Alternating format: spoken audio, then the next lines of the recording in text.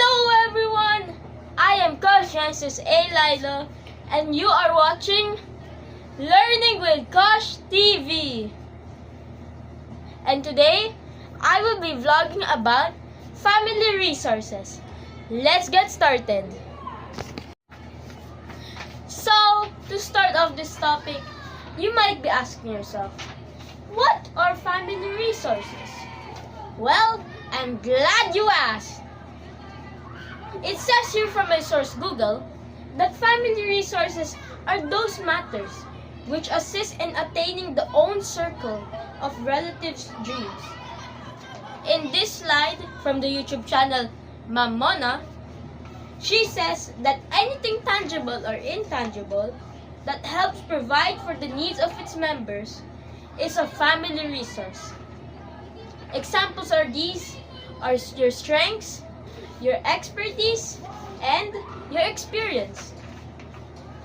Like other resources, these are limited. So, family members need to work to sustain them. These include money, things non-working members of the family may possess, like energy, time, and your skills. Now that you have a basic idea and understanding of what family resources are, you probably have a couple questions like, what is the importance of family resource? And what are the important lessons of this topic? Well, I am here to tell you. Let's first talk about the question, what are the importance of family resources? My source Google says that the importance of family resources is that it makes hardship go down and the emotional well-being of both the caregiver and their children improves when their families are given resources to meet their basic needs like food and water. Now, let's answer the question, what are the important lessons we can learn from this topic? For me, the important lessons we can learn from this topic is that we are all an important family resource, as well as everything we own. Examples of this are house and lot, clothes, and books. You might be asking yourself right now, how are you an important family resource? I will tell you in the next thing we will be discussing the types of family resource. Based on this slide from the YouTube channel Ma'am Mona, there are only 3 types of family resources. The first one being human resources. Secondly, material resources. And lastly, non-material resources. Let's start with the first type of family resources, the human resources. What are human resources, you might ask? Well, every able-bodied member of the family is considered an important human resource. People who can contribute their time, effort, skills, strength, and expertise is considered part of the family's human resource. Now, let's talk about the types of human resources. First, we have capabilities, intelligence, and skills. Every person has his or her own unique ability and intelligence. It is important to utilize these capabilities in such a way that one improves not only himself or herself, but also others. It is important to identify the talents and skills that each family member has and use them productively to everyone's advantage. For example, using your creativity for a project in school. Next, let's talk about strength and energy. The strength of a person does not only mean having good health and a strong body.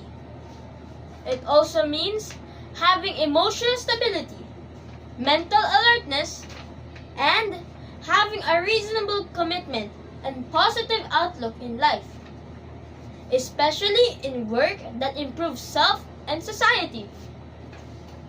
Strength is also needed to accomplish tasks like carrying heavy objects on time in order to play, entertain, and relax with the family afterwards. The second type of family resources are the material resources. Material resources are the tangible assets such as house and lot, furniture and appliances, jewelry, automobiles, and cash, all of which are referred to as the family's material resource. Every family must invest wisely in material resource, making sure that they consider quality, durability, and appreciation value when choosing what to purchase. Real properties and jewelry increase in value over time, while the value of furniture, appliances, and automobiles depreciates or goes down as they get old and worn out. For example, you bought a bag for school. Over time, its value will depreciate because it is getting old and worn out.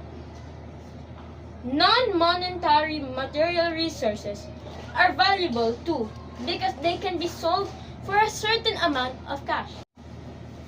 Now, let's talk about the third and final type of family resource, the non-material resources. Time, health, and experience are also intangible materials, but are also very, very important. Without non-material resources, family members will be unable to perform their duties and responsibilities at home, in school, and at work. Let's first talk about time. Time is very important. This is the resource that cultivates cooperation, fulfillment of the prescribed duties, and smart maintenance of homes. Next is health.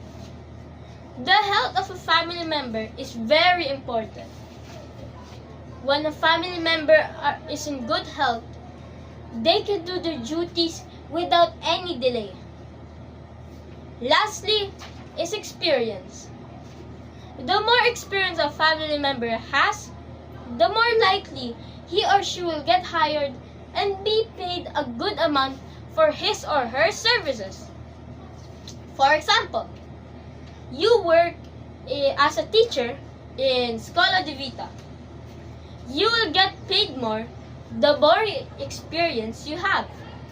So, job or work experience is an important non-material resource to have. So guys, to summarize this vlog about family resources, remember that family resources are those matters which assist in attaining the own circle of relatives' dreams. And there are only 3 types of family resource. 1, the human resources. 2, the material resources. And 3, the non-material resource. Thank you guys so much for watching today's episode of Learning with KushTv. Once again, I am Kush Genesis A. Lila. Until next time!